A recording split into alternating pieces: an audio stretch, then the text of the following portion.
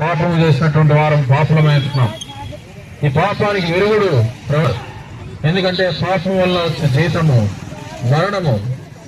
అయితే క్రీస్తునందు యేసు క్రీస్తునందు మనకివ్వబడినటువంటి వరము నిత్య జీవము, నిత్య సమాధానము, నిత్య శాంతి, నిత్యమైనటువంటి ఆ రాజ్యము.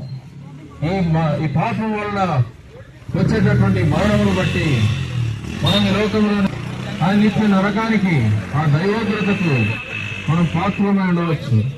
అయితే నువ్వు ఎటువంటి పాపమైనా, ఎటువంటి పాపములో ఉన్నా, ఎటువంటి పతనమైనటువంటి నిరాశ, నిస్పృహ, ఆయాసము మధ్య నువ్వు పుట్టుమిట్టాడుతున్నావు. ఉదయకాల సమయంలో పరిశుద్ధ గ్రంథమైనటువంటి బైబిల్ ఇలా సెలవిస్తుంది, మన పాప మనం ఒప్పుకున్నాడు, ఆయన నమ్మదగిన వాడు నీతిమంతుడు కనుక మన పాపను క్షమించి సమస్త దుర్నీతి నుండి ఆయన రక్తము మనకు విడుదలనిస్తుంది.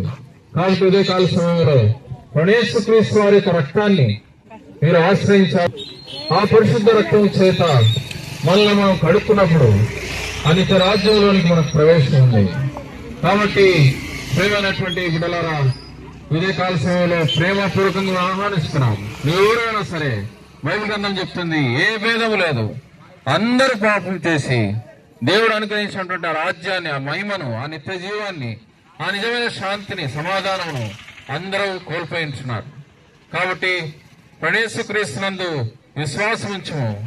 నీవు మాత్రమే కాదు, నీవును, నీ ఇంటి వారును, అందరూ రక్షణ, పాప క్షమాపణ, నిత్యమైన విడుదల, నిత్యమైన శాంతి, నిత్యమైన నెమ్మది నీవు పొందుకుందువు గాక. దేవుడు వాక్యమును దీవించును గాక. మీ కొరకై ప్రార్థిస్తాం.